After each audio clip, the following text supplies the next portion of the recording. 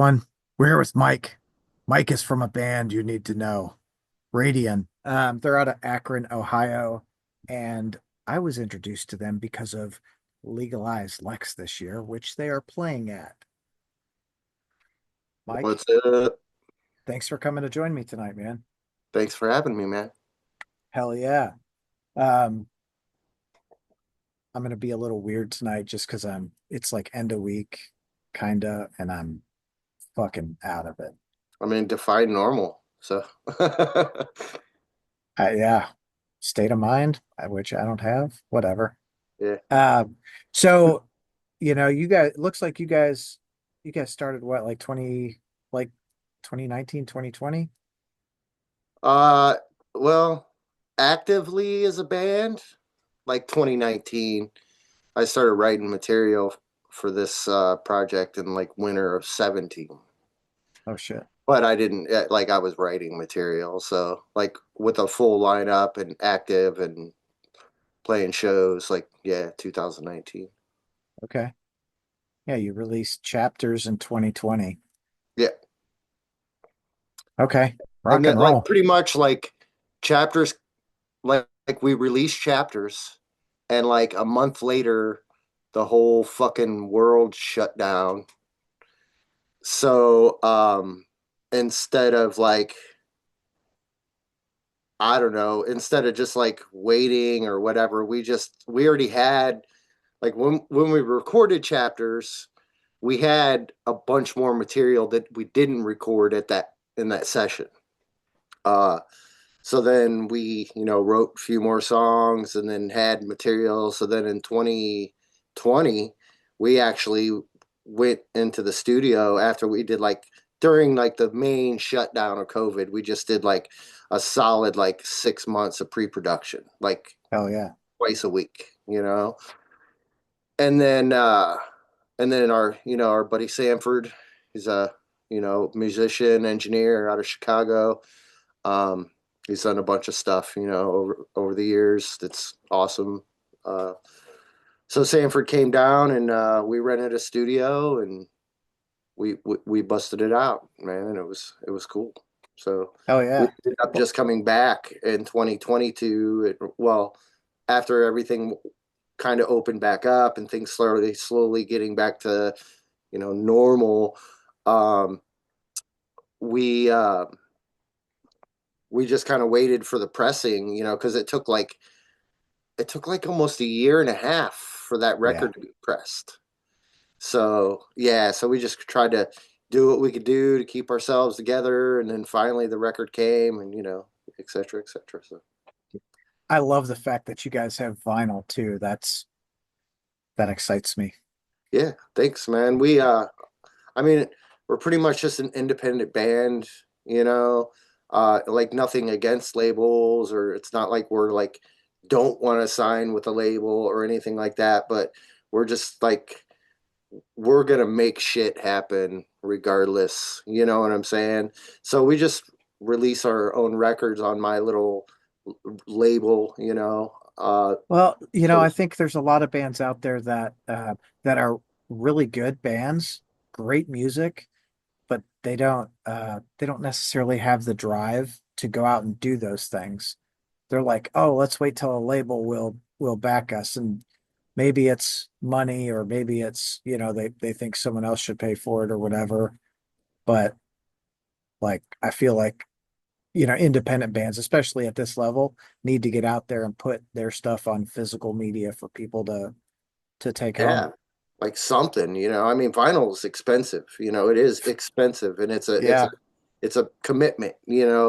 So when you place that order and you pay that, it becomes a whole nother thing. Now, I mean, it's we're in a band, and it's to have fun. The sole purpose behind it is to have fun. Uh, kind of you know cultivate our craft of what we do as artists. Hell um yeah, it is. and I don't know, it's just like I don't know, it's crazy. It's just weird. I don't know, I kind of lost track of what I was saying. So I Yeah, I think it's you're right. It's weird, but it's I think the difference for a lot of bands is exactly that, right? Like either you're gonna put it together and move forward, or you're gonna wait. yeah. Yeah, and well, like I was gonna say, once you pay that bill and you have all this money wrapped up into getting a record pressed and what it costs to record it and get it mastered and have someone do artwork if you're not capable of doing it yourself, you know, all of these aspects now it becomes like, okay, well, we have to like work. Like we have to do shit because if you just want to be like a local band, so what you're gonna play like every weekend to the same people. And I mean, it's like people don't want to come out and see the same band every weekend, you know, and those few people or whatever that are local are only going to buy your record like once, you know what I'm Yeah, saying? So, twice if you're lucky and someone steals it from them, you know? or whatever, you know. But Yeah. I guess the point being is that, you know, once you do a commitment like that, unless you just want to have 25 boxes of records sitting in your basement or your attic or whatever, just like for the rest of your life or something, you have to get out there and you have to like market yourself on social media or, you know, Bandcamp stuff and, you know, whatever you can, you know, to try to sell the records. You got to play shows, you got to travel, you know, so. Yeah, that's a big thing. Another like big thing, you talk to a lot of like local bands, I'll call them, and they're like, "Oh yeah, we're gonna like make it happen." Like, cool, what are you doing to make it happen? Well, we're playing a bunch of shows. Like, okay, where? Well, around the city. Yeah. What about, That's cool. I mean, you got to start somewhere, though. You know, I mean, I don't bag on any local bands, and well, I'm not, mind you, I'm not saying like local well, I know you're not bands. bagging, but Yeah, that is not my intention. I'm just saying like if for a band that wants to make something happen with the band, they have to get out there and yeah, go somewhere other than home, you know, absolutely. Like physical media, it's good to shirts, all kind that of shit.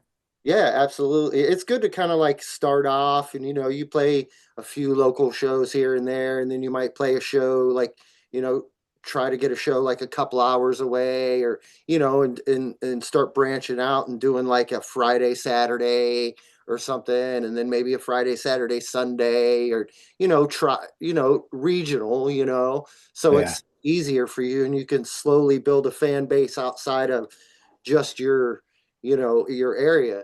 But see, here in Ohio, it's similar to like Lexington and Louisville. I mean, it's kind of like the same market. You Yeah. know, and in Ohio, we have Akron, Canton, Cleveland, Youngstown. Like that's all the same market, but that's all within like an hour drive from each other. Right. All in the northeast Ohio.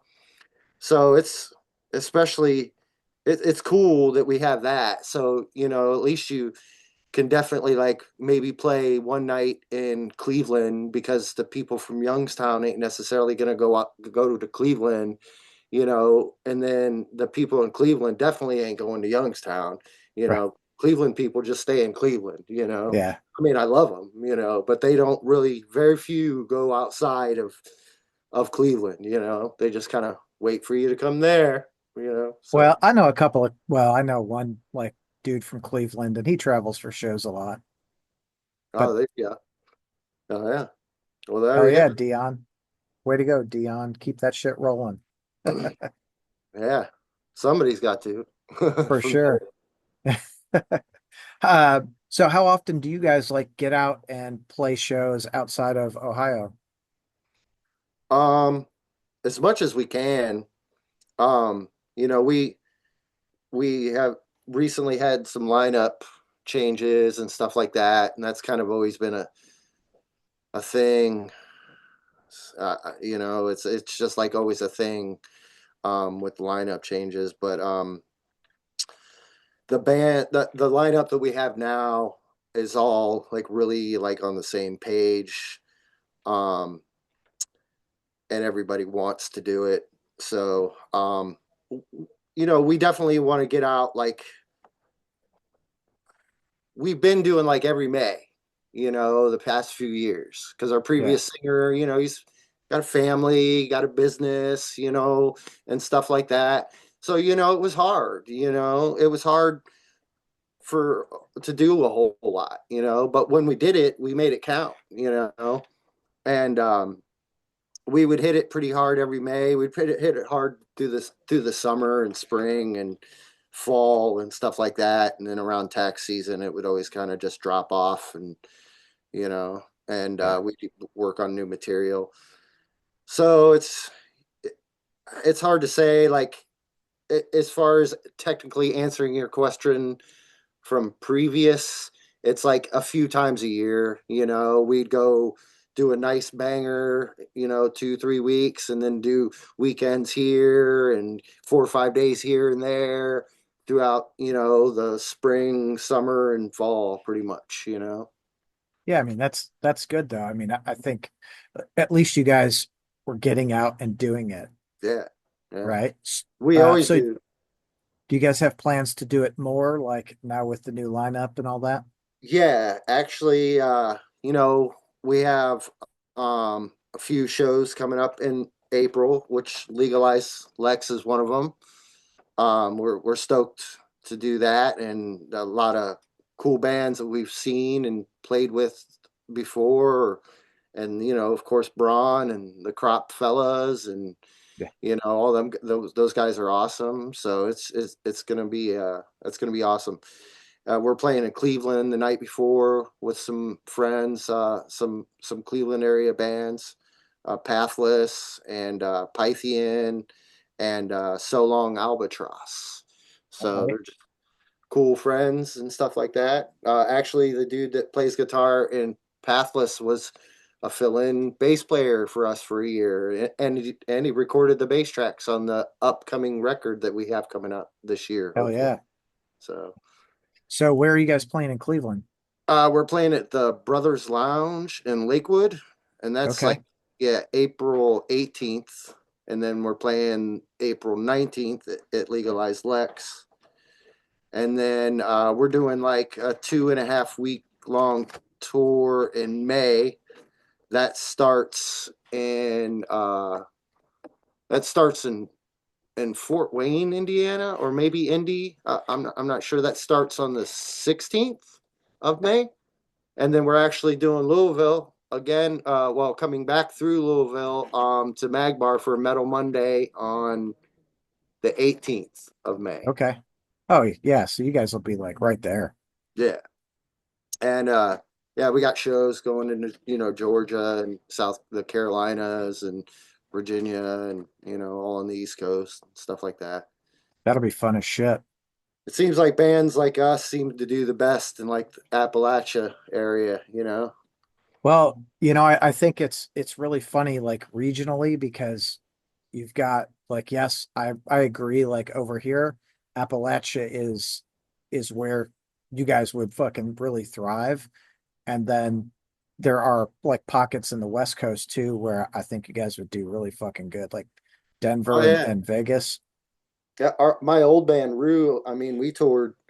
We had a nice about a 10-year stretch of being an active band, and we toured periodically throughout that whole 10 years. I mean, we played all over the whole West Coast, and with a whole bunch of crazy bands. We did stuff with Goat Horror. We did stuff with um uh what is that band? Why am I drawing a blank right now? uh Because you're they're on the TV. Yeah, they're really huge right now. Cattle Decapitation. I'm sorry. Okay. Yeah. Yeah, so we did stuff with them, and we were just like a sludge band, and we played with like a bunch of death metal band. We did a bunch of stuff. We toured with Bongzilla. We toured with Weed Eater. Like I can't even remember. I don't remember how many times. Right. There's so many Yeah, memories. I feel like everyone's toured with Weed Eater more times than they can remember, you Yeah, know? yeah. Or more remembered or less remembered than did, or I don't know. Who knows? Yeah. But yeah, For so sure. we've but it's been a while since we've been to those areas, and things have changed and venues have come and gone and stuff like that. Some are still around. Uh, we definitely plan on doing something like that, and going out west and going further and doing longer tours. But we're working into that. This is a new lineup. We have a new fill-in bass player for this year. Maybe he'll decide to stay permanently. I don't know. Um, but so we definitely plan on doing more longer stuff, going different areas, going west, doing more Midwest, more South, stuff like Hell that. yeah. Well, that's good, because like we've said 20 times already, you've got to get out and do it. And that you guys have a lineup that is willing to go out and really do it is Yeah. I think that's key to a band's success. Well, half of the band lives in Lansing, Michigan. Oh, So I live in Akron, Ohio. The guy that's playing bass with us right now, Jeff, our friend Jeff, he lives in Akron. My drummer and singer, they live in Lansing. So shit. they got about a 230-mile drive one way to come here Yeah. for us to rehearse and blah blah blah. And we're at the tail end of tracking vocals for our new record too. So we're wrapping that. We're trying to get that wrapped up, and after we're done tracking vocals, got to mix it and get it mastered and figure out, what we're doing as far as physical media. I know Yep. CDs are starting to make somewhat of a comeback. I haven't released CDs with this band or my label, you S- know. CDs and tapes, dude. That's like so weird to me, but whatever. Tapes, I hated tapes in 1985 and I hate them now. Yeah, I don't want to I grab my am. pencil and have to twist that shit. Like, no. No, I Right, did that enough when I was a kid. Like, I'm done, right. you know? So funny. I love my vinyl though. I fucking absolutely love my vinyl. So, Yeah, it's mm, fun for me to like physically take this record out of the sleeve and look at the artwork and put it on the turntable and move the needle. It's just fun. And then I can sit back and jam out and listen to the tunes and check out the record and read the insert if it's got one or whatever. yeah, like it's a ritual, Yeah, you put it on, you're checking out the artwork, you're reading the fucking lyrics because right, the sheet is big enough where you can actually read the fucking lyrics. You're not like, what is right, that? You right. know? And like when you're listening to stuff like on Spotify or something like that, like I drive, for work. So I'm driving all day, and I'm either listening to podcasts or I'm listening to music. And it's like you don't know the name of the song. You have to get out of this screen on your stereo to go to this screen to see what the band is or whatever. So I don't know song titles, but when you get a record and you sit down, you're like, track two, And shit. well, and yes, you're like, oh, I know this song. And it also, you're not like, man, I've been singing this lyric like this for 10 fucking years and I finally read it and oh, that's what it really I is. totally understand now. Yeah. Yeah. Yeah, you have Like the shit. epiphany. Yeah. Like, oh shit, the song makes sense now. What the fuck? Right. So Legalize Lex, we're a little under 2 months away, like month and a half ish. Um, who are you looking forward to seeing the most, like on the 19th? Man. Uh Let me see here. I mean, definitely Crop. Yeah, I those think dudes fucking jam. I think is playing the night before. I think they're playing Friday. Let me They are let me look playing at the Friday. Yep. uh I wish we could have been there both nights, but seeing that, half the band lives in Michigan and stuff like that, it was kind of hard, so we just decided to um do a show instead and kind of get, a little even more warmed up outside of our rehearsal that you know um on stage and stuff, with the new lineup. Let Yeah, little me weekend run. let's see here. So Here we are. The 19th, we have Horseburner, yeah, Lopan, Rebreather. Hold on, yeah, I gotta move Rebreather are great friends. We toured with them for like 5 days last year. right on. Did like a handful of dates with them guys. Been friends with them for 20 years. Lopan are old school homies. Uh, in previous bands, not in Radian, so this will be our first time playing with them. They Uh, fucking jam, dude. I love Lopan. yeah, they're awesome, and they're great guys, and they're funny as hell too. Hell They yeah. just got the greatest sense of humor. Like if you don't have a sense of humor or understand a sense of humor, then yeah, you'll just be like, what? Yeah. So no, Yeah. no, they're awesome dudes. Love those Well, guys. and then we've got Friendship Commander, Blind Scryer, Veilcast, you Yeah. guys, of course. We've played with Veilcast at Ohio Doomed and Stoned, and I watched most of their set. And they're really killer band from Indiana, I believe. Um, yeah, Right on. they were really killer. And uh, Blind Scryer and the other, I haven't seen those two bands, but I've checked them out on the playlist that Braun put together for Yeah. the Spotify playlist. So I've listened to that quite a bit driving around. I'm definitely looking. I mean, honestly, I'm just looking forward to seeing all the bands, like Yeah. everybody, to be honest, because I love music and I love people, and as long as you're righteous, and cool Not a and nice, douchebag. Yeah. yeah, you know, Yeah. um, Well, I want to and see everybody and hang out. So Braun does a really good job, I think, at curating.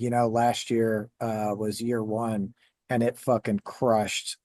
It was one day and yeah, it was just like go from the time we started till it ended, of course. But right. the way they ran the schedule was awesome. Back It and forth, worked back out and like, forth. Yeah, yeah, like this band stops, this band plays, this yeah. band stops, this band plays. Like, fuck Well, yeah. also, I mean, Braun does a great job, but he's also reaching out to bands that like know what the fuck is going on. You know what I'm saying? Yeah. So it's not like this is anybody's first gig. You know what I'm saying? We know how to play shows, and we Yeah. know how to work together, and we know how to make things work smoothly because it benefits everybody involved. Even sometimes with the veteran bands, some of those folks are gonna they run late and Yeah, they don't give a shit. So it I know how hard it is with that many bands. I know how hard it is with three or four bands on a bill, let alone 15, to keep everything on track and rolling forward, like yeah. on schedule. One Like time it went off just because there was a someone's head fucked up. right. We've done stuff like that at a place uh, in Kent, Ohio, not too far from us at the Outpost, and we've done various different uh like not as in me, but as in like other guys around the local scene and stuff like that. Like my old drummer and Rue did this thing called Align the Nine, and it was like nine headlining bands on one bill, and then you know, the guys in Kenny from Goosed, which was a kick-ass local band around here. Well, I mean, they played regionally. They weren't just a local band, but they they were local to us, and their bass player ended up being in Radian for the better part of 4 years. Um, he is technically our actual bass player. He's just got some serious health issues he's got to address, and That sucks, playing bass is not conducive to that. right? So, um, God, that's so fucked in up. my mind, he's the guy until he tells me he can never do it again. So How likely do you think that is? uh, probably a few years. But if he's able to ever come back to playing music, it'd Yeah. probably be a good few years. But I don't know. The light's always on in the window. He knows about it, and we're still good buds, and we talk all the time. He's supposed to come to rehearsal Monday and hang out. So Shit, yeah. yeah, Was it Motel 6? We'll leave the light on for you. yeah. Yeah. That's something I don't know. I heard as a kid a lot or something. I'll leave a light Yeah, window for your kid or something. yeah, You know. yeah, yeah. God, it's funny. I grew up in Michigan, Oh, okay. and I was just talking to someone yesterday. What did I say? You got to make hay when the sun's shining, and she's like, "I love that saying." I'm like, "Oh, I do too. I love all those sayings because like I didn't have that shit as a kid. It was like, do your fucking job, and that that was it. Get the Right. fuck out of here." Yeah, my childhood was weird, man. I was getting bitched at all the time or whatever, you know. It was Yep, I think that was part of growing up in the '80s. I remember my grandfather telling me the only reason why they had children was so you didn't have to get up and get your own beer, and so you didn't have to get up and turn the television channel. Boy, get me a beer. Boy, change that TV. Boy, get on your BMX bike and go up to the store 3 miles uphill and come back with 4 gallons of milk. You Yeah, know, stuff get me like some that. cigarettes while you're up there. Yeah, Yeah, yeah. Here's a note, you know. yeah.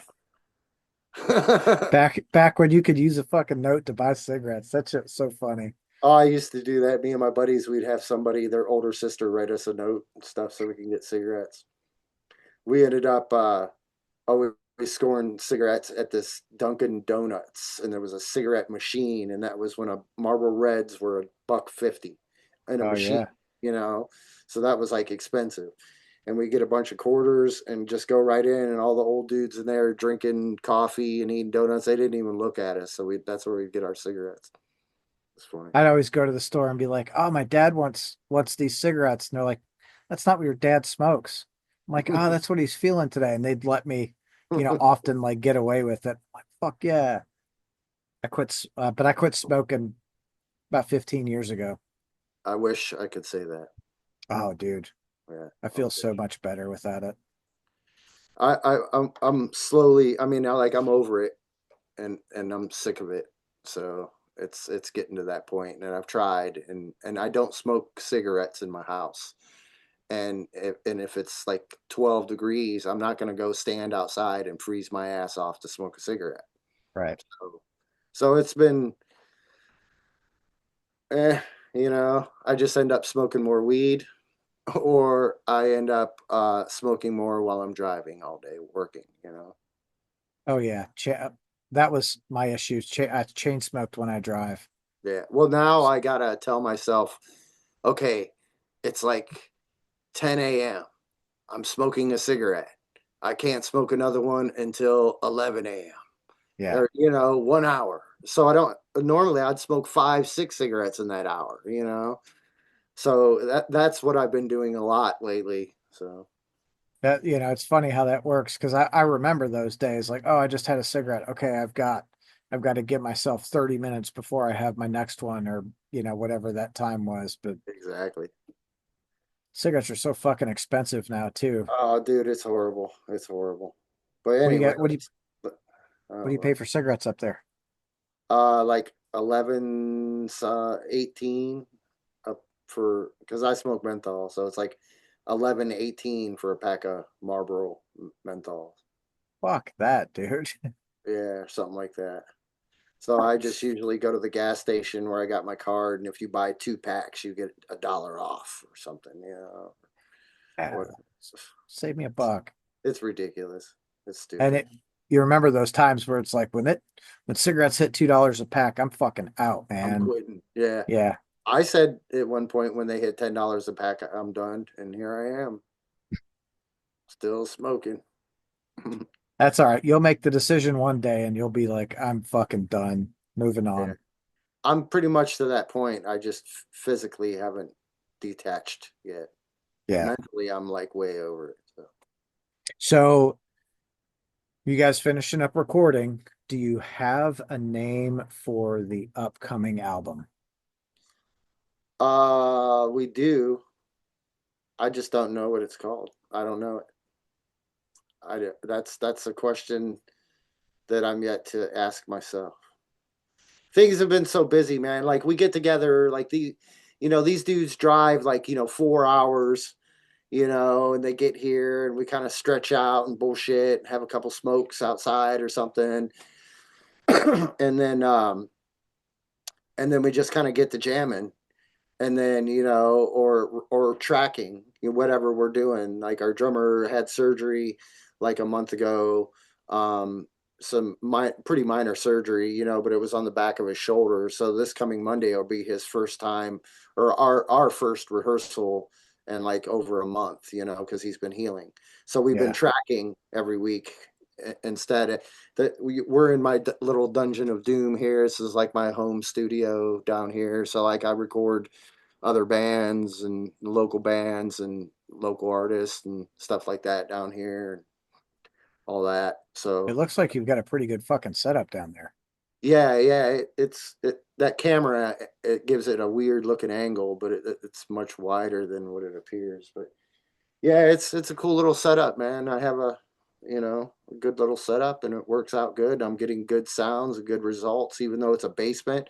I'm still getting great drum sounds, and I mean, I'm not complaining. The new Radian record's sounding amazing, and I've Fuck yeah. tracked everything, so far. Just about. We had some assistance with the drums, but other than that, I've pretty much done everything. That's cool as shit. What are you using to record? Like, I obviously Pro, computer, but like, Pro Tools. okay. Yeah, Pro Tools. I actually went to school for it, so I have like a degree as an audio engineer. All right, So Mr. Smarty I wish, Pants. Like, yeah. So I do that, but it's not. It's about 2 years ago is when I got this new house and had enough space and everything to actually do a whole band or something like that. yeah. So I've done a handful here, and it's turning out good. So just hoping to get some more people, and it's slowly getting more and more stuff is coming in. So, and Fuck it's yeah, not dude. like I'm like super super pushing it. It's all kind of like word of mouth type of thing too. That's the best way to build a business, I feel like, Yeah, I just you know? recorded last Sunday. I recorded a 18-year-old girl. She goes by the name Roo, Roo, and we recorded one track. She's never been in a studio. She's never recorded before. She plays guitar and sings, and she killed it. She's never done vocal harmonies or anything like that, and I had her do, like three-part vocal harmonies on the choruses of her song and stuff like that, and it turned out awesome. And it was kind of like refreshing to not be doing metal for a Yeah. change. You know what I'm saying? Not nothing against. I love doing it. It was a little refreshing, a little something a little different, man. And she was stoked at how it turned out, and she's got more songs, so hopefully we get to do some more stuff on that front. Well, and I think when you branch out of like the not even just the metal world, but whatever world you're like 90% in, you get out and do these things with these other people, you learn little like things to actually like translate. Oh, this worked really well with, That, the yeah, singer-songwriter. Let's try that, with this fucking sound. absolutely, absolutely. Because there's absolutely no rules when it comes to the recording world. Yeah, that's the fucking truth. Try What all. got you interested in like recording? Well, like I said, we're like a DIY type independent band. So, I've always kind of wanted to like transition, as they say, to the other side of the glass, kind of. Um, but I just, I just wanted to do my own stuff, man. DIY. I don't want to rely on paying I mean, it depends on what I'm doing. Like, I have no problem giving an engineer that's amazing, that's got a multi-million dollar studio. I have no problem giving any of those people anything that they want to go record. But Right. that, since we're independent, that's not always an option to go pay $600 a day to be Yeah. in a studio for 2 weeks or a week or whatever it is. So I actually decided to, with a good friend of mine, Mike Sanchez. He plays in a band called Acid Bath. Yep. So him and I went to Chillicothe, Ohio, and it's kind of like a technical type of school called the Recording Workshop. And it was like a 2 month program, and we stayed there on their little campus and stuff. And I almost did that back in the 90s. I almost it, went to the recording workshop. oh, it was awesome, dude. It was awesome. Like I learned more in one day there than I did in like 1 year looking at shit on YouTube and just Yeah. trying to figure it out. You know what I'm saying? It was crazy. So it Well, was there awesome. the kind, you have someone that does it and knows like how to guide you. Whereas when you're trying to like self-learn, unless you're 100% immersed in it all the time, it you get in and you're like, oh, this is fucking cool. Like, and you learn like one thing over 4 hours, Right. you know? Yep. And then you learn that, and then you learn a bunch of other shit, and then they turn right back around and pound you with what you learned back then. You know what I'm saying? Yeah, It's like a beating all this shit in your head.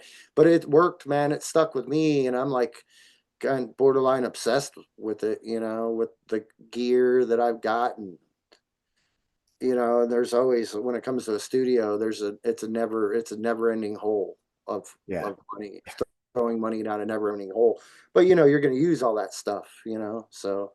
But right now I've stopped. I'm trying to pay credit cards off and stuff like that before I go any further and Dude, screw I think myself. I feel like everyone's trying to pay credit cards off right now. Yeah, let's not even get into Yeah, no that. shit. Don't get old and have credit cards, kids. Yeah, yeah. Yeah, that shit sucks. How many songs did you guys record for the new album? The new album, 6 songs, and it's about 40 minutes of material. Okay. 6 songs, about 40 minutes, something like that. And this is the first album with the new singer. So, and he's really kicking ass, man. He's really doing a good job. There's a lot more singing on the new record than previous records, but equal as much, screaming and stuff like that. But we're just trying to like experiment with more stuff and like here. So I got the studio, so why not? There's no clock over our head. You know what I'm Right. saying? So hey, man, let's try a 4-part harmony over that singing part. Bam, it sounds amazing. Like why not? You know what I'm saying? So we're kind of experimenting, and it's a pretty pissed off record to compared to previous stuff. There's pissed off songs and there's mellow songs on the other stuff. Because there's no rules once again. Yep. So we're not just a sludge band, or we're not just a doom band. There's like elements of everything that I love kind of all mashed up into one. It's kind of become, I guess, somewhat like my my style, I guess you could say. Maybe I don't, loosely, maybe I say that. I don't know. I, I like that though. I like when someone's not afraid to go like, okay, we're gonna do this fucking Doom album, and you know what? Let's throw in this really light shit over here too. Like, Yeah, because it takes you by surprise and it really keeps you interested. Like, oh shit, what's coming right. up next? Yeah. I think primarily, like, if we're gonna put like subgenres and stuff like that, I think primarily we're a sludge band, but we have elements of doom metal, we have elements of rock and roll, we have elements of sludge, or I'm sorry, of grunge. We have elements of crossover hardcore.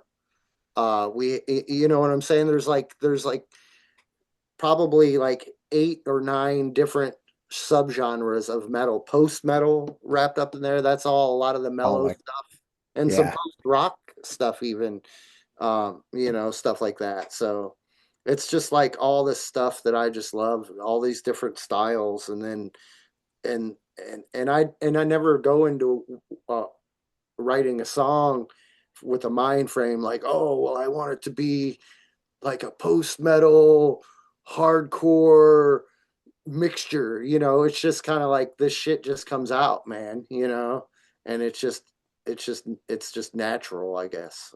That's how it should be though, right? Like, because it's music. There should be no like there aren't boundaries in music except the boundaries you give yourself. So if you're like, fuck it, man, like I really like this aspect of, post metal, I'm going to throw that with, this fucking doom influence and let's see what kind of shit we can, put together there. right. Like that keeps Absolutely. it fucking interesting. Yeah. And that's what I've been doing my whole like little career, 28 years now of out doing it, like out God, playing you're old. actively. Yeah, I'm getting there. I Yeah. am. I feel it, man. I'm tired. My joints hurt. Yeah. Speaking of joints, but Uh, how old are you? I'm 46. Oh, okay. I'll be Yeah, that's 40 not too bad. September. I think I may be 47, but I'm pretty positive I'm 46. I'll be 49 in May. So we're right there. Yeah. A Yeah, we universe. grew up at the same time. They were all throwing beer cans at us to get more beer. Yep. Pretty much. That's so fucking funny. So, with the upcoming album, do you guys have like goals or thresholds that you would like to meet when it like gets released? Well, yeah, I mean that's the thing like with with me and when I'm doing stuff, like I like to put in motion always like a 6 month plan.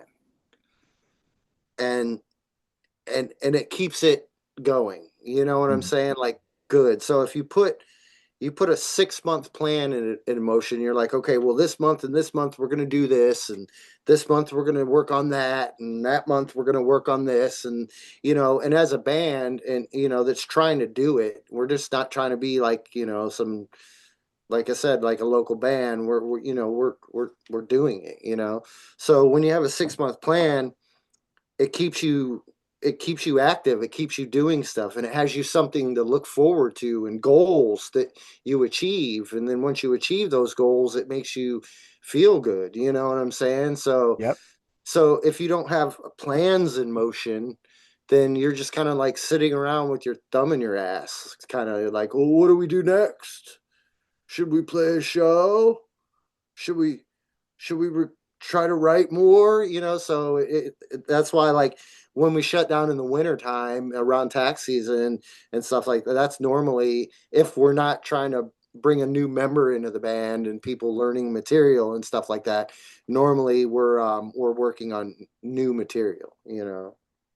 Yeah, I mean, um I noticed you guys have been like consistently putting something out. You got the two albums, and then you've got that split that yeah, came out. yeah, the split was right after the first album. The split with Robust Fellow. It's a label out of Ukraine, and we did a split on cassette, but it was part of. Let's see here. So here's the only one left, I think.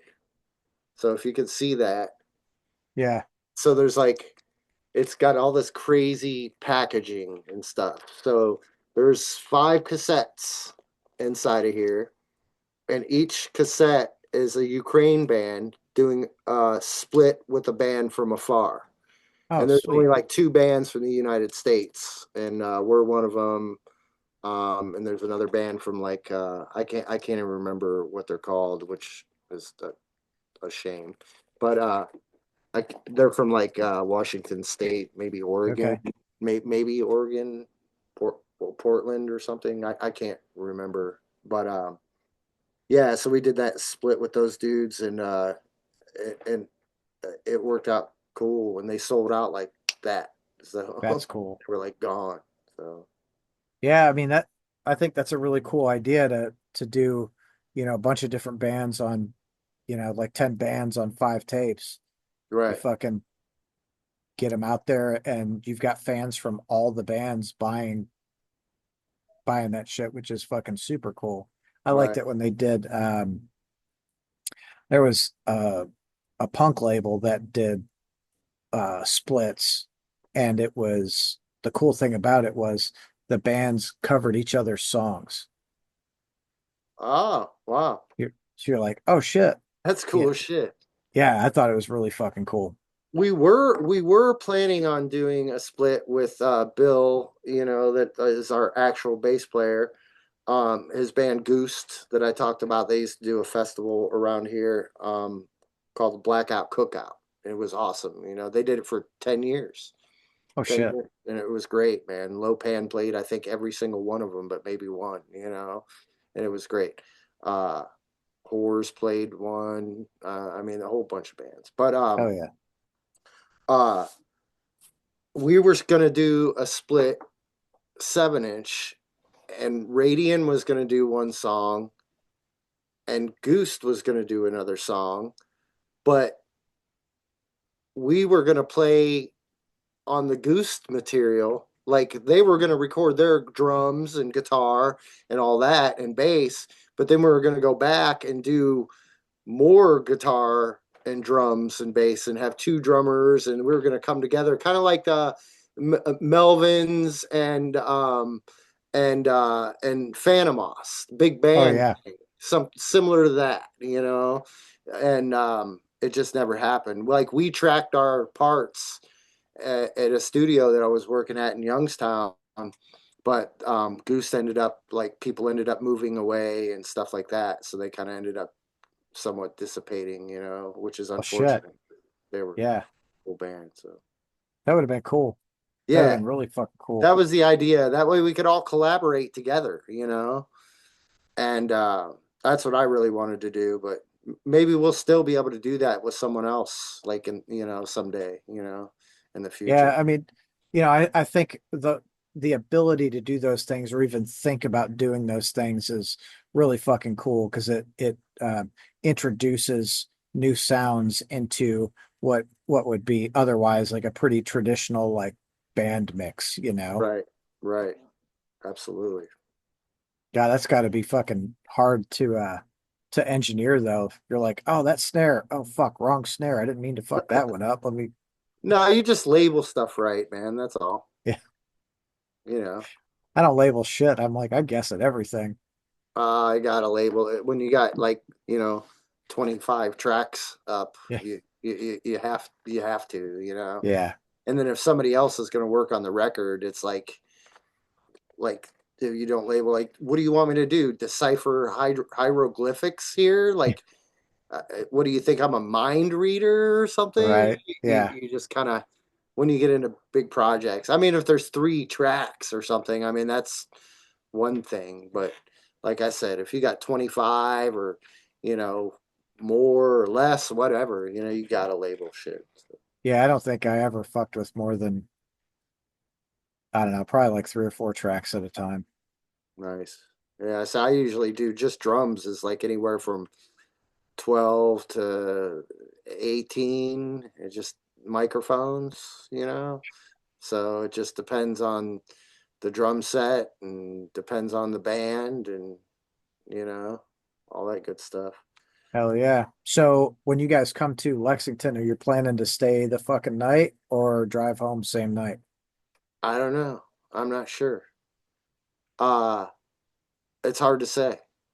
I can't honestly answer that question. That's Uh, fair. uh, I mean, it's hard to say. More than likely, my singer and drummer will go separately so they can head back to Michigan afterwards. More than likely, maybe, I don't know, but they'll stick around for the whole show. But they'll just go Yeah. back to Michigan instead of going back to Ohio and then going to Michigan. Because it's only a one off, show. So, Yeah. And they're, I well, mean, we're playing Cleveland the night before. I'm sure they'll come up for that, and they're not going to go back to Michigan. They're going to stay here. And, right. Yeah, that would make no sense. yeah. 4 hours there, 4 hours back, 4 hours there to drive. Oh, my drummer's crazy when it comes to driving, man. That dude has no boundaries. He'll drive. He don't care. Shit. It's hard That's telling. fucking, yeah, I that's doubt funny it. shit. I doubt it, but it's hard telling. Yeah. No telling. Yeah, Yeah, well, you never know what someone else is thinking, especially when they do crazy shit. You're like, what? right. Whatever. Totally. That's fucking dope. So, what timeline do you think until the album's mixed and you get it sent off to presses? Uh, right now, probably it'll probably be a few months before. I'd probably say 2 or 3 months before it's. We still have two more songs to track vocals to. Um, and then editing and mixing and stuff like that. So 2 3 months before that, and then it's going to go out to mastering. We do that with Colin Jordan. He's in Chicago. He owns Boiler Room Mastering. Dude's awesome. He's done like Ministry and like a bunch of cool stuff. I've worked with him. He mastered the Discordian record, Oh and he yeah. he just crushes it, man. And he's an awesome. He's just a cool dude. Easy to work with, So probably just do that. Stick with him because it worked well last time. If it's not broke, don't fix it. Right. Exactly. Yeah, fuck. I wouldn't either. So and then after that, like, pressing, I don't even know where we're at like right now with pressing times. And I think we're gonna do a pre-order thing on our Bandcamp.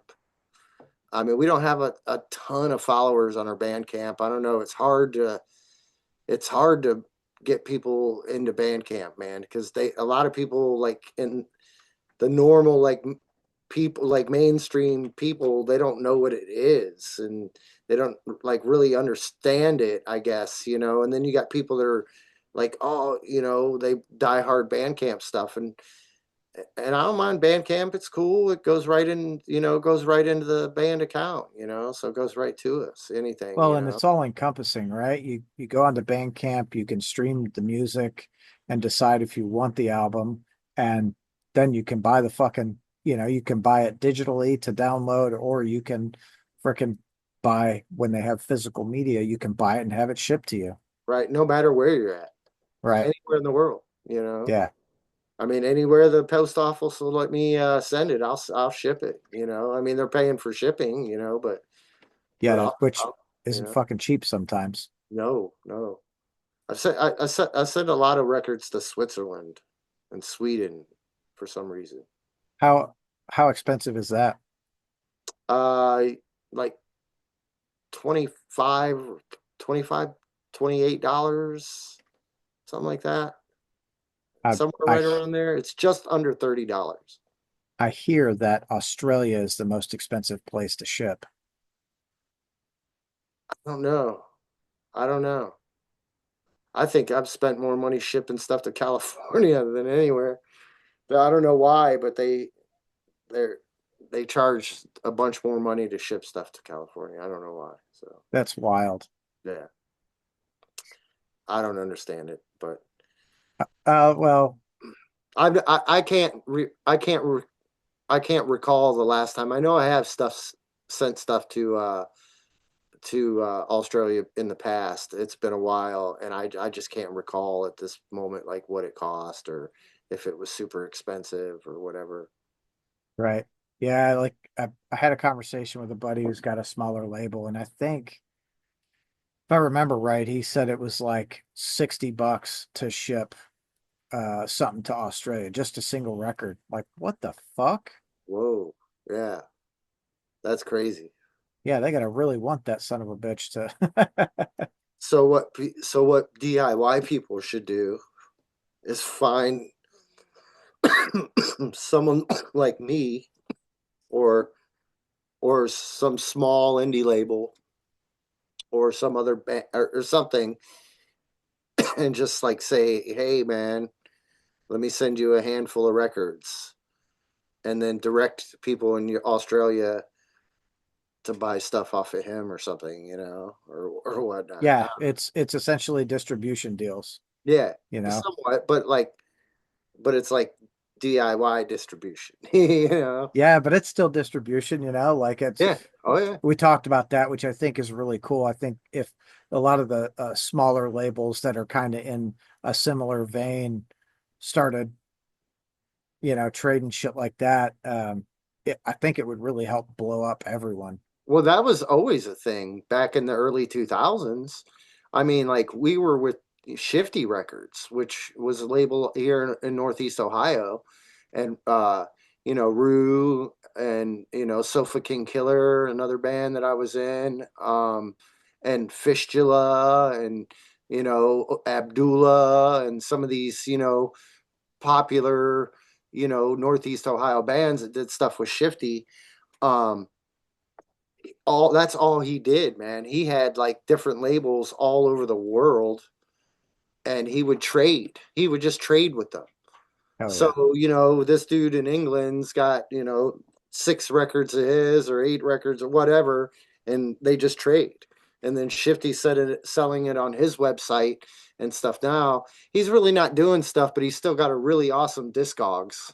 If you look up Shifty Records All right. in Discogs, he's got a ton of records, man. He's got a ton of killer stuff, and he's been trading with labels, small independent labels, for years, man. And that's how we had our distribution back in the day. You just Yeah. traded all these, like I said, all these indie labels, and that's how all over the world. And that's Yeah, that's cool. I guess I never realized that went on at, at a lower level. I, oh I yeah, I that been imagined it did, but happening. I never knew for sure. I think that there's probably like less people doing it now, probably, but I don't know. I No, really I don't. think you're right though, because now I think a lot of the mindset is, well, I mean, shit, I can ship anywhere and I can market anywhere. Like, Right. why do I want to go with you and do this? Which I look at it like if a couple of labels come together and they're trading records to sell for each other, like your fan base now becomes their fan base too. So you're Right. really growing the fucking scene. Yeah, that's exactly what it was like in like 2000 up to 2008, 5, 8, something like that, with Shifty, man. It was exactly like that. And there was just people that were there were people that were just dedicated to just that label, just Shifty. Like they would Yeah. just, oh, it's on Shifty, I'm gonna buy it. Like relapse people, there was Oh, people that were yeah, they so fucking dedicated to they're still relapse like it now. Yeah. in that same time. Oh well, relapse put it out. It's got to be awesome. I'm gonna buy it. And yeah, I actually just got a message on the Radian page from this dude from Columbus that used to come to shows and to Rue shows and back around since like 2000 and stuff, and 2000 on and up. And he was just reminiscing about those times, and he mentioned Shifty Records and all the bands that we'd put out because he would work with local bands, too, that he thought were great. Hell yeah. It was Well, and pretty cool. I think that's another thing, right? Is like smaller labels are willing to work with the bands who, if it's got good music, they're like, yeah, let's give it a shot and see what fucking happens. Right. Well, with Shifty, you never signed a contract. You own the rights to your music.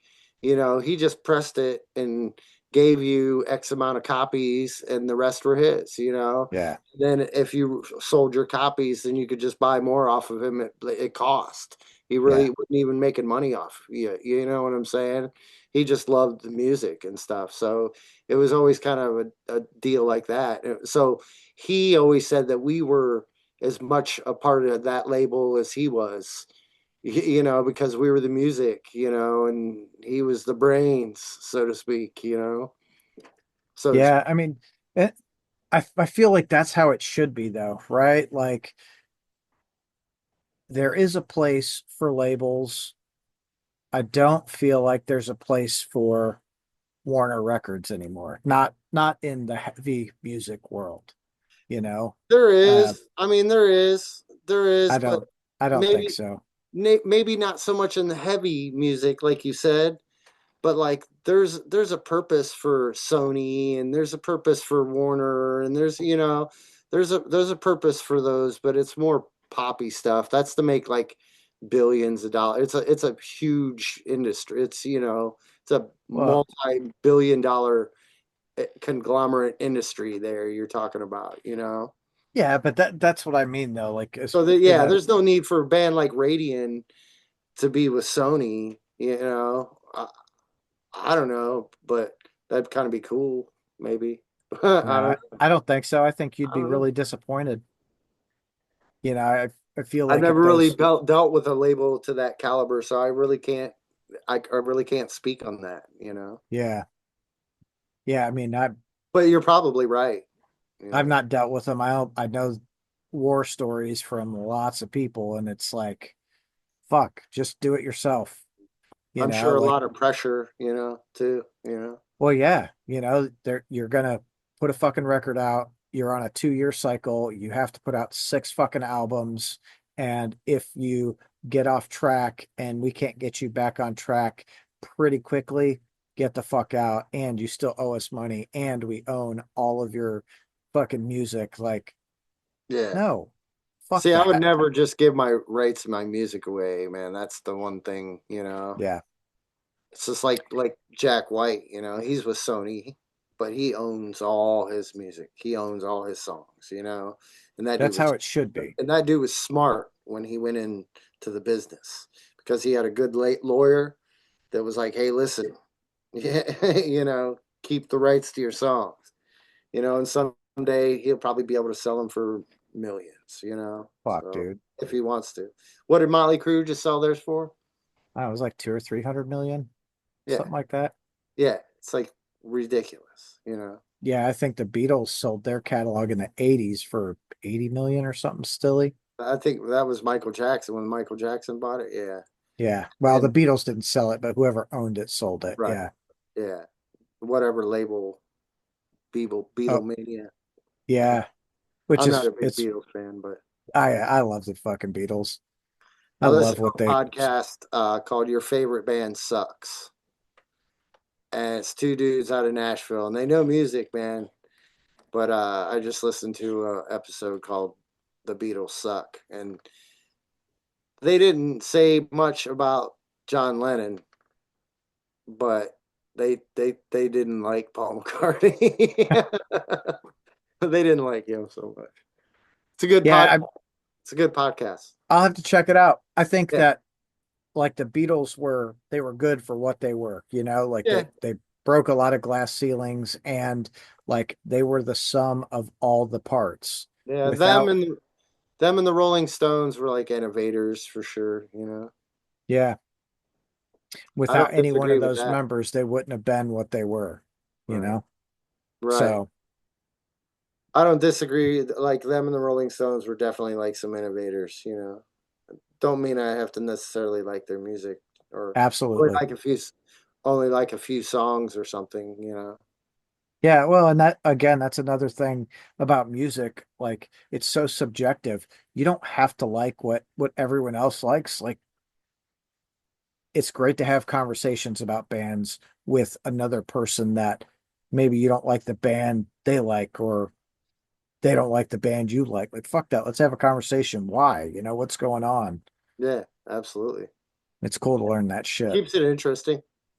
Fuck yeah, it does. If Yeah. everyone liked the same thing, it'd be a boring ass world. Yeah, yeah, no shit.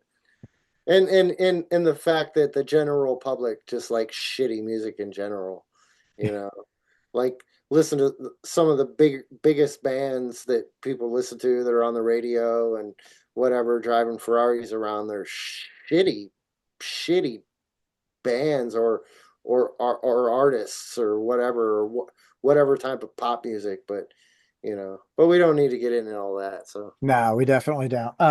But Mike, it's been a pleasure talking to you. yeah, I appreciate your time, man. Hell yeah. Legalize Lex. Legalize Legalize. Lex. April 19th. We play at 6:30 p.m. inside. It's going to be a rager. We want to hang out with everybody. We want to have a good time. Peace. Get your fucking tickets to Legalize Lex, April 18th and 19th at Al's Bar in Lexington. There's probably a place to find those tickets. We'll help you find it. All right, dude. Have a great night. All right, thanks, man. Appreciate you. See ya. Yeah. Later.